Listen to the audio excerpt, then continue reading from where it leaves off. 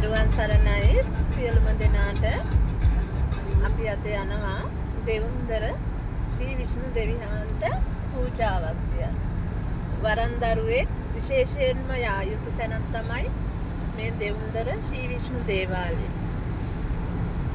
මේ ශ්‍රී විෂ්ණු දේවාලයට වරන් දරුවෙක් යන්න ඕන ප්‍රධානම හේතුව තමයි මේ සම්බුද්ධ ශාසනය ආරක්ෂා කරන්නා වූ ඒ උතුම් වූ විෂ්ණු දෙවිහාමුදුරන් වහන්සේට ඒ වරම් මාලාව සත්‍ය කරගන්න පුද පූජාවක් තියලා තමන්ගේ ඥාතීන්ට දෙවියන්ගේ ආශිර්වාදය ලබා දෙන්න.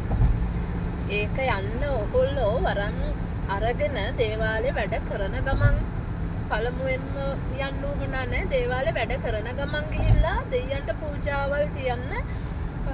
මොකද ඉස්සෙල්ලාම වරම හදාගන්න කියලා කොහෙවත් දේවාල ගානේ ඇවිදලා පුද පූජා තිබ්බ කියලා ඒක කිසිම තේරුමක් තියෙන වැඩක් නෙමෙයි.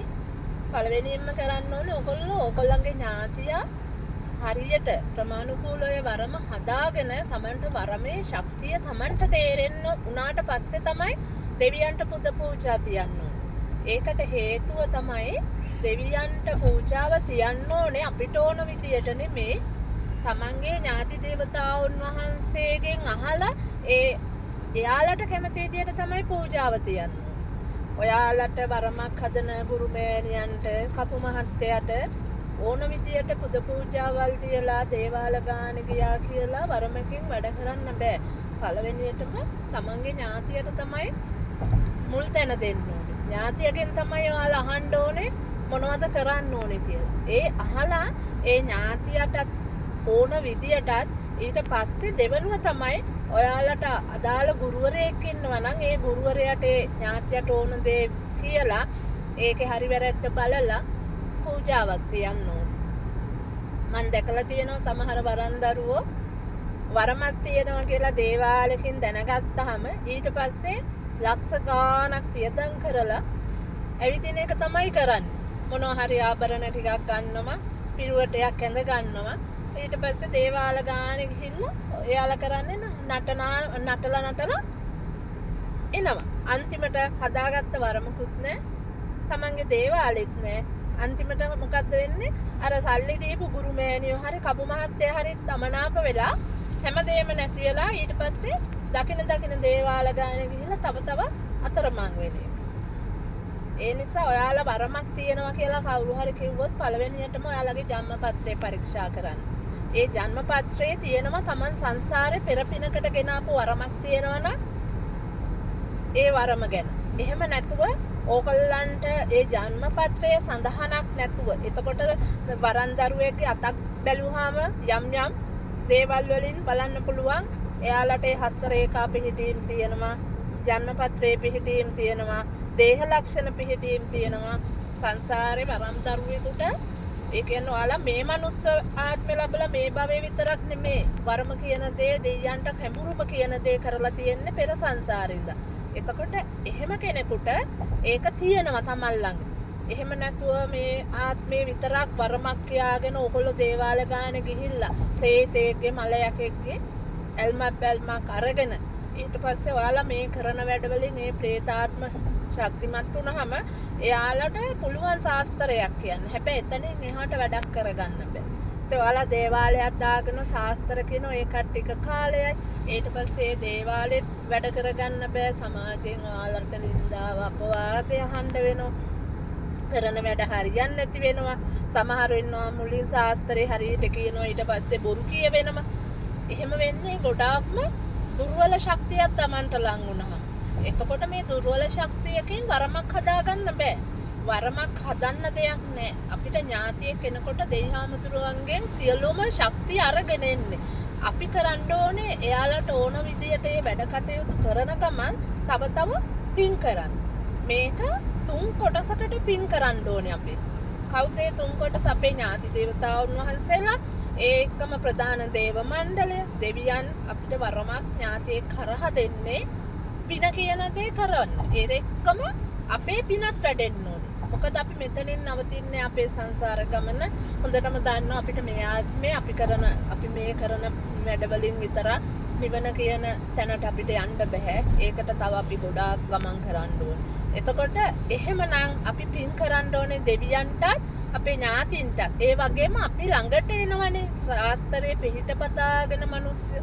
ඒ ශාස්ත්‍රයේ පිහිටපතාගෙන එන මිනිස්සයාලවත් කරවන්න ඕනේ අපි පින් කටයුතු තමයි. එතකොට තමයි එයාගේ කරදරත් දුරු වෙලා. එයාලටත් යහපත වෙනවා. අපි අතින් පින් කරනකොට ඒ පින් දෙවියන්ට අනුමෝදන් වෙනවා. එහෙම වුණාම අපේ ඥාතින්ට ඒ පින් අනුමෝදන් වෙනවා. කෙනෙක් අපිට ප්‍රශංසා කරනකොට පින් දෙනවා. ඒ නිසා හැමතිස්සෙම බුද්ධිමත්ව වැඩ කරන්න වරන් දරුවේ දේවාලයකට ගිහින් වරමක් තියනවා කියලා තමන්ගේ ගුරුමෑණියෝ හරි කපු මහත්තයෙක් එක්ක හරි තියෙන තරම් දේවාල දෙවියන්ට වැඳලා ආභරණ අරගෙන එහෙම කරන්න යන්න එපා. තමන්ගේ වරම හදලා දේවාලේ හදන්න. මොකද ඔයාට ගුරුමෑණියෙක් කපු මහත්තයෙක් හොඳ හම්බුනොත් එයා කවදාවත් ඔයාලව දේවාල ගානෙක් කියන්නේ. තමන්ගේ දේවාලෙන් තමයි ඒ දේ හදලා දෙන්නේ. එහෙම කෙනෙක් ළඟට නිතරම යන්න පුරුදු වෙන්න. රට වටේම එක්ක ගිහිල්ලා මේ සංදර්ශන පෙන්නන අය ළඟට යන්න එපා ඔයාලගේ මුදල් වියදම් කරා. ඒ වරමක් ගැන කතා කරන්න මම හිතුවේ ගොඩාක් මට කතා කරලා අහනවා. මේ වරම මෙහෙම වුණා මේ දේවල් වල අපි කරදරයටපත් වුණා. ඒ වගේ දේවල් කියනවා. ඒ නිසා තමයි මම පොඩි දැනුවත් කිරීමක් කරන්න හිතුවේ. දෙවියන් ළඟට ඔබලා යන්න. ඒ යන්න ප්‍රථමව ඔබ වරන් දරුවෙක් නම් ඔබේ වරම හදලා ඥාතින්ට කතා කරලා තමන් වැඩ කරන ගමන් දේශාමුදුරුවන්ට පුද පූජාට යන්න. එහෙම නැතුව ඔබලා දේවාලයක්වත් හදන්න කලින් මේ වගේ ගමන් යන්න එපා. දෙවියන්ට පුද පූජාට යන මුල් තැන් වලට. අනිත් එක දරුවනේ මුල් තැන් වලට යනවායි කියලා ඔබලා මම ළඟට ආපු සමහර දරුවෝ ඉන්නවා. ලක්ෂ ගණන් වියදම් කරලා එක දේවාලයක් වඳින්න. එහෙම අවශ්‍ය නැහැ. ඔබ යන්න ඕනේ ඔබේ ඥාතියගේ දේ අරගෙන ආභරණ ටික අරගෙන. අනිත් එක ඔය මෑණිවරු කපු මහත්තුරු කියනවා ගිරාවසර දෙනවා, සලු පළඳන්න, සලු බලවත් කරලා දෙනවා. ඉතින් එහෙම කරන්න බෑ. මොකද මෑණියෝ කියන්නේ තමන්ගේ ගුරු මෑණියෝ කපු මහත්තයා කියන්නේ ඔබ වගේම වරමක් අරගෙන ආපු කෙනෙක්. එයා දෙවියෙක් නෙමෙයි, මිනිස්සෙක්. එතකොට එයාගෙන් ඔබ කරන්නේ ගුරුහරුකමක් අරගෙන එයාගේ ජීවිතේ ලද අත්දැකීම් එක්ක ඕගොල්ලන්ට නිසි පාරක් පෙන්නන එක විතරයි.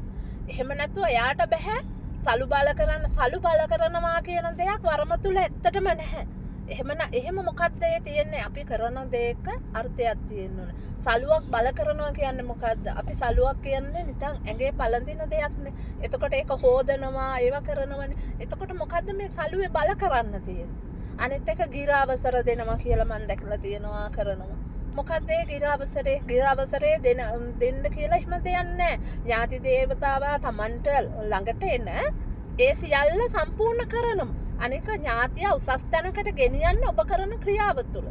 ඔබ වරමෙන් ඔබට අකපේ දේවල් කරනවා නම් ඥාතිය පහළට යටෙනවා. දෙවියන්තුන්ගේ දඬුවමට ලක් වෙනවා. දේව තහංචි වැටෙනවා. ඊට පස්සේ ඔබ අරයා ඌණියමක් කරා මෙයා වරම හිර කරා කියලා එක්ක තමන්ගේ ගුරු මෑණියන්ට කපු මාත්‍යට හරි ළඟ ගෙදරක මිනිස්සෙක් හරි අල්ලගෙන ඌණියන් කපන. ඉතින් ඔබ තව පහතට තමයි එතනින් වැටෙන්නේ. ඒ නිසා වරන්දරුවෙක්ගේ වරමක් හිර වෙන්න ප්‍රධාන හේතුව තමයි දේවතහංචිය වැටෙන එක. ඔබලා නොදැන කරන වැරදි, දැන කරන වැරදි, නොදැන කරන වැරදි. මලක් පූජා කරත් දෙයයන්ට ආදරෙන් පූජා කරන්න, ගරුත්වයෙන් පූජා කරන්න. ඒක වදයක් විදියට කරන්න ඕන මට කරන්න එපා කවදාවත්. ආශිර්වාදය දෙවිහාමුදුරුවන්ගේ ආශිර්වාදය ගන්න පුළුවන් විදියට වැඩ කරන්න. එතකොට ඒ වගේම තමයි වරන්දරුවන්ට වරදින්න ගොඩාක් තැන් තියෙනවා. ඔබලාට කැඹුරුමක් එනවා නම් උදාහරණයක් විදියට හිතන්න ඔබ යනවා කතරගම. ඔබ හිතන් ඉන්නවා හෙට දින කතරගම යන්න. හැබැයි ඔබට කැඹුරුන් එනවා හෙට දිනේ දේවාලේ වැඩ කරලා. ඊට පස්සේ ඔයා මොකද්ද කරන්නේ? මට මේ වැඩේ නිසා එතනට යන්න බෑ. ඒ මිනිස්සු එනව නිසා මම මේ වැඩේ කරනවා කියන. එතකොට ඔබ පළවෙනියට දැම්මේ ඔබේ කැඹුරුම සහ ඔබේ මුදල. දෙවෙනියට දැම්මේ දෙවිහාමුදුරු. එතකොට වෙන්නේ මොකද්ද? දෙවිහාමුදුරු ඔබ තුල තියෙන පැහැදීම නැතුව යනවා. පළවෙනියට ඔබට දේවාලයට වැඩාවට ඔබ ඔබේ ගමන යන්න. ඔබේ පූජාව තබන්න. මොකද ඔබට හිතට හිතෙනවා නම් මං හෙට දිනේ මේ තැනට ගිහින් පූජාවක් තියන්න ඕනේ කියලා ඒක ඔබට දෙන්නේ ඔබේ ඥාති දේවතාවා. තමයි හිතට දෙන්නේ කියන්නේ. ඔබ ඒකට අනුගත වෙන්න. කොයිම වෙලාවකවත් වරන් දරුවෙකුට වරදින්නේ නැහැ. වරදින්නේ ඔබ තුල 150ක වැරදිත් ඔබ හරියට ගුරු හරුකම් නොගන්නා කමිනු. මොකද වරමක් කියන්නේ ගිරාවසර දෙන්න සලු බල කරන්න එතකොට එක විකාර කතා කියාගෙන ඔබගේ මුදල විනාශ කරන අය ඉන්නවා. එහෙම නෑ ඔබේ ඥාතිය සත්‍ය වරම්මාලාවක් දෙනවා නම් ඔබට ඒ සියල්ලම දෙවියන්ගෙන් අරගෙන එන්නේ. දෙවි හාමුදුරුවෝ කාගේවත් ඇඟකට එන්නේ නැහැ. එතකොට දෙවි හාමුදුරුවන්ගෙන් මේ සියල්ල ඒගොල්ලෝ අවසර අරන් එන්නේ. ඒ අවසර අරගෙන එනකොට ඔබට තියෙන්නේ දෙවි හාමුදුරුවෝ පහදවාගෙන ඥාතියා බල කරගන්න එක තමයි. කොතනකවත් කිසිම තැනක දෙවියන් මිනිස්සෙක්ගේ ඇඟකට ආපු තැනක් නෑ. හැමෝම එන්නේ ඥාතින් තමයි. දෙවියන්ගේ අනවරම් බලවරම් ගත්තා වූ ඥාති. ඔබට මට සියලුම දෙනාට ඒක තමයි හරියට වෙන දේ. හැබැයි ඔය දෙයියෝ එනවා අර දෙයියෝ එනවා මේ දෙයියෝ එනවා කියලා නෑ. ඒ දෙවියන්ගෙන් තමයි අවසර මාලාව අරගෙන ඥාතියයි වැඩ කරන්නේ. ඔබ තුලයි ඒකේ පැවැත්ම සහ විනාශය තියෙන්නේ කා තුලවත් නෙමෙයි වරම හිමි දේවාලේ ගැති දරුවා තුල. දෙවියන් පහදවා ගැනීම තියෙන්නේ ඔබ තුල. ගුරුවරයාට පුළුවන් ඔබට උපදෙස් දෙන්න විතරයි. ඒකත් ඔබට පෙර පින්බලෙන් හොඳ ගුරුවරයෙක් හොඳ පාරක් හම්බුනොත් ඔබට පුළුවන් වරම් මාලාව සත්‍ය කරගෙන හරියට වැඩ කරන්න. එහෙම නැති වුණොත් වෙන්නේ ඔබගේ වරම් මාලාවක් නැහැ. ඔබ අන්තිමට අතරමං වෙන එක තමයි වෙන්නේ. අනිත් එක තමයි වරම් මාලාවක් කියන්නේ ආදේශ කරන්න පුළුවන් පුතේ දැලිපිහෙන් කිරි කනවා වගේ කොහෙට ගියත් හරි භයානකයි. අපි දැලිපිහ කියන්නේ කොයි අතට ගෑවුණත් කැපෙනවා. ඒ වගේ තමයි වරම් මාලාවකින් වැඩ කරනකොට වරන් දරුවෙකුට තුන්වෙනි ඇහක් තේනවා. ඒ තුන්වෙනි ඇහෙන් තමයි හැමතිස්සෙම තීරණ ගන්න ඕනේ, දුරදිග බලලා වැඩ කරන්න ඕනේ. එහෙම නැතුව හිතුමතේට ඥාතියින් කියන මට කියන එක ගුරුවරයා කියන එක හැමදේම කරන්න යන්න එපා. ඔබත් කල්පනා කරන්න. ඔබත් බුද්ධිමත් වෙන්න. ප්‍රායෝගිකව ඔබ කල්පනා කරලා ඔබේ දැනුම වර්ධනය කරන්න, පොතපත පරිශීලනය කරන්න. ඒ වගේම තමයි හැමතිස්සෙම දෙවියන්ට මේ සබාදාමට ආදරය කරන්න. ඒක තමයි ලොකුම ආශිර්වාදයේ වරන් දරුවෙකුට තියෙන සබාදාම කියන්නේ. ආපෝ තේජෝ වායෝ පඨවි ආකාශ කියන පංච මහා භූතය. ඒ වගේම රවි චන්ද්‍ර කුජ බුධ ගුරු ශුක්‍ර ශනි රාහු කේතු කියන නවග්‍රහයින් නම දෙනා වහන්සේලා දසරාද විරුද්ධ විරූපාශ වෛශින කියනවා සතරවරම් දෙවි හාමුදුරුවෝ. ඒ සියලුම දෙනාට ඔබ ආදරෙන් සලකන්න. එහෙම ආදරෙන් සලකන දරුවෙකුට වරන් දරුවෙකුට කොතනකවත් කොහෙදිවත් වරදින්නේ නැහැ. අනිත් ප්‍රධානම හේතුව තමයි ඔබ අනුන්ගේ දේ හොයන්න යන්න එපා. අරයා මෙහෙම කරනවා මෙයා මෙහෙම කරනවා කියලා විවේචනය කරන්න එපා. මගේ channel එකටත් කමෙන්ට් විවිධාකාර එනවා. හැබැයි මම ඒකක්වත් ඩිලීට් කරන්නේ නැහැ. ඒව ඕන කෙනෙකුට බලන්න තියලා තියෙනවා. ඉතින් ඔබ නින්දා අපවාද කරන්න එපා. ඔබට මේ දේ එපා නම් ඔබ මේවා බොරුයි කියනවා නම් ඔබ ඒවා බැහැර කරන්න. කරන කෙනෙකුට කරගෙන යන්න දෙන්න. එතකොට ඔබ නිතරම නුවණැතිව වැඩ කරන්න. ඔබ දේවාලයක් කරනවා නම් සමහර විට ගොඩාක් දරුවන්ට වරම හදාගෙන දේවාලේ විවෘත කරනවා මාසයයි දෙකයි. ඊට පස්සේ මොකද වෙන්නේ? දේවාලේ වැහිලා මිනිස් වෙන්නේ නැහැ, කැඹුරුම නැහැ. කැඹුරුම කියන්නේ මොකද්ද පුතේ?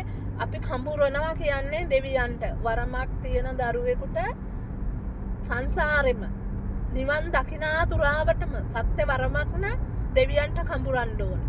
දෙවියන්ට කඹුරනවා කියන්නේ මොනවද? අපි දෙවියන්ට පින්පෙත් අනුමෝදන් කරන්න ඕනේ. ඒ දෙවි හාමුදුරුව අපිට මේක දීලා තියෙන්නේ. දෙවියන් කියන්නේ යාළට පින් කරගන්න බෑ. එතකොට අපි හරහා තමයි මනුස්සයා කියන්නේ උසස් මනසක් ඇති සතෙක්. එතකොට අපි හරහා තමයි දෙවි හාමුදුරුව පින් කරන්න ඕනේ. ඉතින් මම මේ වීඩියෝ එක කරන්නේ මම අද දෙවුන්දර යනවා. ඒ දෙවුන්දර පූජාවකට යන ගමන් මට හිතුණා මට මේ වීඩියෝ කරන්න නිදහසක් නැහැ. ඉතින් මට හිතුණා වීඩියෝ එකක් කරන්න ඕනේ කියලා. එතකොට ඒ නිසා තමයි මම මේ පොඩි වීඩියෝ එකක් කරන්න හිතුවේ. ඉතින් ඒ වගේම තමයි වරය කියන්නේ දෙකක්. වරයක් කියන්නේ අපි වරමෙන් වැඩ කරනකොට අපි ප්‍රතිපත්ති ගරුක නම් අපි පින්වන්තයි නම් අපිට ඒ දෙවි හාමුදුරුවන්ගෙන් ලැබෙන ආශිර්වාදය. එතකොට වරමක් ලැබපු කෙනෙකුට වරයක් ලබන එක මහ ලොකු දෙයක් නෙමෙයි. වරමකින් වැඩ කරන්න අපිට ඔබට සහ මට මම මෙතනදී මම අයින් කරලා කතා කරන්නේ නැහැ. ඔබට සහ මට කීයද? දෙන්නටම ලැබිලා තියෙන්නේ යහපත් දෙයක් නිසා ඒ යහපත් වැඩ කටයුතු කරන්න හැමතිස්සෙම මනසින් යුතුව වැඩ කරන්න. ඒ වගේම තමයි දේවාලයක් කරනකොට නියමිත වෙලාවට පහන් ආලෝක දල්වන්න. ඒ වගේම තමයි Tamanට මුල් වුණ ගම්බාර දෙවිහාමුදුරු, කාලිමෑණිය, සත්පත්තිනි මෑණිය, කතරගම දෙවිය. ඒ කවුරුන් හරි දෙවි කෙනෙක් Tamanගේ ඥාතිය ඉස්සෙල්ලාම අනවරම ගත්ත දෙවිහාමුදුරු තමයි වරමට මුල් වෙන්නේ. ඊට පස්සේ ඔබ ඒ දෙවිහාමුදුරුවන්ට මනසේ පින් කරන්න ඕනේ. ඒ වගේම දේවාලේ කටයුතු හරියට නියමිත වෙලාවට කරන්න, වාසියට ලාභෙට දේවාලේ වැඩ කරන්න එපා. ඒ වගේම තමයි වරන් දරුවෝ කරනව වැඩක් තමයි ඕකොල්ල වරම හදාගත්තොත් යම් හේයකින් වරම හදාගෙන පුතේ වරමක් හදාගත්ත ගමන් තව කෙනෙක්ගේ වරමක් හදන්න යන්න එපා. ඔබගේ දේව මස්තකයට කවුරු හරි තව වරන් දරුවෙක් ඔබ හරහා එනම නම් නිතරම ඔබ වරන් හදාගත්ත ගුරුමෑණියන්ට හෝ කපු මහත්තයාට හරි කියන්න. මොකද හරියටම ඔයාගේ account එකේ තියෙන දේ තව කෙනෙකුට දෙන්න නම් ඔබ ඔබේ account එක පුරව ගන්න ඕනේ. ඒ වගේ තමයි ඔබගේ පින් ශක්තිය ඥාතිය බල වෙන්න ඕනේ. ඔබ තව කෙනෙකුට දෙන්න නම් වරන් දරුවෝ ඇත්තටම වරමක් හදන්න, අවවාදයක් දෙන්න, ගුරු උපදේශයක් දෙන්න, තමන්ගේ ශක්තිය තව කෙනෙකුට දෙන්න නම් ඔබ පිරීලා ඉන්න ඕනේ. එහෙමනම් ඔබට පිරෙන්න පුළුවන් වරමක් හදන්න මාසෙන් දෙකෙන් කවදාවත් බෑ. ඔබට අවුරුදු ගාණක් ඒ සඳහා කැපකිරීම කරන්න වෙනවා. එතකොට තමයි ඔබට පුළුවන් තව කෙනෙකුට පිහිට වෙන්න. හැබැයි ඔබට අනිත් එක තමයි සමහර වරන් දරුවන්ට හුනියන් කපන්න ඒව නැහැ. හැබැයි ඒකොල්ලෝ ඒව කරනවා. වරමට එහා ගිය දේවල්. වරන් හදන්න අවසරයක් හම්බ වෙන්නේ වරන් දරුවෙකුට මම දන්න විදියට ගොඩක් කාලයක් ගිහිල්ලා. එතකොට සමහර දරුවෝ ඉන්නවා වරම හදන් දේවාලේ දා ගන්නවා වසරක් යනකොට පොලිමට වරන් දරුවෝ. හැබැයි ඒ සියලුම දෙනා අතරමං වෙනවා. ඉතින් ගොඩාක් නිහඬව මම බලන් ඉන්නවා. මේ গুপ্ত ලෝකය කියන්නේ මහසයුර වගේ අපිට මැරෙනකම්ම ලබන අත්දැකීම් තුළින් ඉගෙන ගන්න දේවල් ගොඩක් තියෙනවා. ඔබලා හිතන්න එපා ඔබට කවුරු හරි ළඟට ගිහිල්ලා ඔළුව කරකවලා නටලා රතු පාටින් සලුව අපලන්නම් ආභරණ අතට ගත් පළියට ඔබ ගැති දරුවෙක් කියන එක. මේ හැමතිස්සෙම නිහතමානී වෙන්න. ඔබට පුළුවන් වෙන්න ඕනේ අනිත් කෙනා ළඟට ගිහිල්ලා තව දේවාලයක් කරන දරුවෙක් දෙයක් කිව්වොත් ඔබට පුළුවන් වෙන්න ඕනේ එතනට ගිහිල්ලා ඔබේ දේ හරියන්න කියලා ප්‍රාර්ථනා කරන්න. මෛත්‍රී සිතවිලි නැත්තම් මේ ගමන යන්න බෑ. හැමතිස්සෙම ඔබ අනිත් කෙනාගේ දේට ඊර්ෂ්‍යා කරන්න, අනිත් කෙනාගේ දේ ගැන හොයන්න එපා. එයා කරන වැඩේ වැරදි නම් ඒක උඩ ඉඳන් කෙනෙක් බලන් ඉන්නේ. එයා ඒකට දඬුවම් අනිවාර්යෙන් දෙනවා. ඔබ ඔබේ ගමන යන්න. ඔබට වරදින්නේ හිතන්නෙම නැති බොහොම සියුම් තැන් වලින් තමයි වරන් දරුවන්ට වරදින්නේ. අනිත් එක තමයි ඔබට වරම හිර වෙලා දැනෙනම නම් ඔබට ශාස්ත්‍රයේ කියවෙන්නේ නැහැ කියලා හිතෙනම නම් කියවෙන්නේ නැතුව දැන් සිහිත වරන් තියෙන දරුවන්ට ඒ ශාස්ත්‍රයක් කියන්න ගියාම තමන්ගේ හිතට ඒ ආකර්ෂණ ශක්තිය දෙන්නේ නැත්තම් ඔබ නිරතුරුවම හිතන්න මගේ වරමේ කොතනක හරි අඩුවක් පාඩුවක් වෙලා. එතකොට ඔබ හිතන්න එපා මට අරයා හුනියම් කරලා මෙයා හුනියම් කරලා අරයා වරම හිර කරලා. සමහර දරුවෝ එනවා මගේ ළඟට වරන් හිර වෙලා කියලා එන්නේ. අරයා හිර කරා මෙයා හිර කරා කියලා නෑ. වරම හිර වෙලා නෙමෙයි ඇත්තටම එයාලට දේවතහංචි වැටිලා තියෙන්නේ. එයාලට වැඩ කරන්න බෑ ඥාතියා දෙවියන් විසින් කියලා තියෙනම යන්න එපා උතන්ට වැඩ කරන්න බෑ කියන එක. එතකොට දෙවියන් තමයි මූලික. ඒ එතනින් පහලට තමයි ඥාති ඉන්නේ. ඥාතිය දෙවිහාමුදුරුවන්ගෙන් තමයි අනවරම අවසරය අරගෙන අපි ළඟට එන්නේ. අපි තුන්වෙනි තැන ඉන්නේ. ඉතින් එතකොට අපිට දෙවිහාමුදුරුවෝ මේක ඥාතින් හරහා දෙන්නේ සමාජයට යහපතක් කරන්න. ගොඩාක් කතා කරන්න දේවල් තියෙනවා. වරන් දරුවෙක් ගොඩාක්ම මෛත්‍රී සහගතව වැඩ කරන්න, දුරදිග බලලා වැඩ කරන්න, තමන් ළඟට හැමතිස්සෙම හිතන්න එන්නේ අසරණ වෙච්ච කරදරයකට පත් වෙච්ච කෙනෙක්. අපි ළඟට එන්නේ නිදුක් නිරෝගීමත් මුදල් තියෙන හැමදේම ਸਰව සම්පූර්ණ මිනිස්සු. අපි ළඟට හැමතිස්සෙම එන්නේ අඬාගෙන මිනිස්සු කරදරයට විපතකට පත් වෙලා. ඉතින් එතකොට අපි ඒ එන කෙනා තුල අපි අනවශ්‍ය විදියට යාව තලාපෙලා එයාගේ මුදල ගන්නවා නම් අපිට කරන්න පුළුවන් වැඩ දෙකයි තුනයි. ඊට පස්සේ අපේ වරම අනිවාර්යයෙන්ම දෙවි හාමුදුරුවෝ විසින් හිර කරලා දානවා. ඒක තමයි සත්‍ය. මේකට විතර්ක ගේන්න පුළුවන්. හැබැයි මම මේ කතා කරන්නේ මගේ අත්දැකීම් තුළින් මං දෙවි හාමුදුරුවෝ සමග ගනුදෙනු කරලා මං ලබපු දේ තුළින් තමයි මම මේ කතා කරන්නේ. එතකොට ඔබ නිතරම තමන්ගේ හිතට එකග වැඩ කරන්න. ඔබ නිතරම හිතන්න ඔබ දිහා කෙනෙක් බලන් ඉන්නවා. තමන්ගේ හෘද සාක්ෂියට එකග වැඩ කරන්න. අනවශ්‍ය විදියට මිනිස්සුන්ගෙන් තලාපෙලා මුදල් ගන්න යන්න එපා. මොකද මගේ ළඟට අදත් දරුවෙක් ආව ගොඩක් අසරණ වෙච්ච, අධිහූනියන් වෙච්ච ඒ දරුවා දේවාල ගාන ගිහිල්ලා අන්තිමට මං දන්න අඳුනනම තැනකට ගිහම හූනියම කපලා සුද්ධ කරන්න ලක්ෂ 2.5ක් ඉල්ලුවයි. ඉතින් ලක්ෂ 2.5ක් කියන්නේ වැටිලා ඉන්න මිනිස්සෙකුට ලොකු මුදලක්. ඉතින් ඔබ නිතරම ඔබ ළඟට එන කෙනාට ඔබට පුළුවන් ආකාරයෙන් සර්වසාධාරණව මුදල් ගන්න. මුදල් නොගෙන වැඩ කරන්න නෙමෙයි මං කියන්නේ. සර්වසාධාරණව ලක්ෂ 2.5ක් හූනියමක් කපන්න ගන්න එක ඇත්තටම වැඩි මිනිස්සෙක් අසරණ වෙච්ච වෙලාවක. එයාට තියෙන වෙලාවක නම් ඒක කමන්නේ ඔබ ගත්තා. ඉතින් ඔබ හැමතිස්සෙම ඒ ගැන සිහිනුවණින් හිතන්න. කොයිම වෙලාවකවත් ඥාතින්ගෙන් මුදල් අහන්න යන්න එපා. ඔබ ශාස්ත්‍රයේ ඥාතියගෙන් ඇහුවට මුදල ඔබ කියන්න. මොකද එහෙම කියන එක සුදුසු නෑ. ඥාතියා කියන්නේ පිනටයි එන්නේ. අපිටනේ මුදල් අවශ්‍ය. එතකොට ඥාතින්ට පින් මිසක් අවශ්‍ය මුදල නෙමෙයි. ඒකවල මුදල් අරන් යන්නේ අපිනේ මුදල් ගන්න. අපිට මුදල් ඕනේ දේවාලයක් පවත්වන් යන්න අපේ මහන්සියට මුදල් ගන්න ඕනේ. හැබැයි මේ මුදල කොයිම වෙලාවකවත් අනවශ්‍ය විදියට ගන්න එපා. ඔබ සර්වසාධාරණව වැඩ කරොත් ඔබ මියදෙන තුරාවටම දේව මස්තකයක් කරන් විරාජමානව මේ මහ පොළොව උඩ ඇවිදගෙන යන්න පුළුවන් මහ වැදගත් විදියට. කවුරුත් නින්දා අපවාද නොගෙන වෙන විදියට. එහෙම නැතුව ඔබට පුළුවන් වේ. ඔබ හිතනවා නම් දැන් වරමක් හදන්න ලක්ෂ 3-4 ගන්නවා. ඇත්තටම වරමක හදන්න දෙයක් නැහැ. මගේ ළඟ ඉන්න සියලුම දරුවන්ට එක රුපියලක්වත් මං අරගෙන වරන් හදලා නැහැ. නියම වරන් තියෙන දරුවෝ හදලා තින්නේ. එතකොට ඒ අය මට නැහැ පොලිම කරලා පෙන්වන්න. මට ඉන්නේ බොහොම පොඩි පිරිසක්. මොකද වරන් තියන අය ප්‍රේත වරන් ඔය තියෙන දේවල් මං බල කරලා දීලා නැහැ මගේ දේවාලේ. එතකොට ඒ නිසා මට ලොකු පොලිමක් නැහැ. ඉතින් වරන් තියෙන දරුවෙක් ඔබ ළඟට ආවත්, ලෙඩ රෝගයකට ඔබ ළඟට ආවත්, ඔබ මුදල් ගන්නකොට දෙවරක් හිතන්න. මොකද වරයක් කියන්නේ ඔබට සංසාරේ පිනක් නිසා ලැබුණ දේ. එතකොට ඒ ලැබුණු දේ ඔබ කළ යුත්තේ ලෝකයට සිත සහනය සලසන එක. ඒ සිත සහනය සලසනකොට ඔබට යැපෙන්න ඔබේ දේව මස්තකය පවත්තන් යන්න, ඔබේ අවශ්‍යතාවයට මුදලක් ගන්න. අනවශ්‍ය විදියට මිනිස්සෙන් මුදල් ගන්න එපා. මොකද අපි ළඟට එන අසරණ මිනිස්සු ඒ මිනිස්සු අපි මුදලක් කිව්වොත් ණයක් වෙලා හරි අපිව විශ්වාස කරගෙන ඒ මුදල දීලා වැඩේ කරනවා. හැබැයි අපි සීමාව ඉක්මවලා ඒ දේ කරන්න එපා. එහෙම කරාම ඔබට පැවැත්මක් නැහැ. ඊට පස්සේ ටික කාලයක් යනකොට ඔබ මේ මිනිස්සයාට වැඩි අසරණ වෙනවා. ඒ නිසා තමයි මම කිව්වේ තුන්වෙනි ඕනේ වරන් දරුවෙකුට බුද්ධිමත් වෙන්න. ඒ වගේම තමයි හැමතිස්සෙම අනුන්ට වලවල් කපන්න යන්න එපා. දේවාල කරන අනිත් දරුවන්ට වලවල් කපන්න යන්න එපා.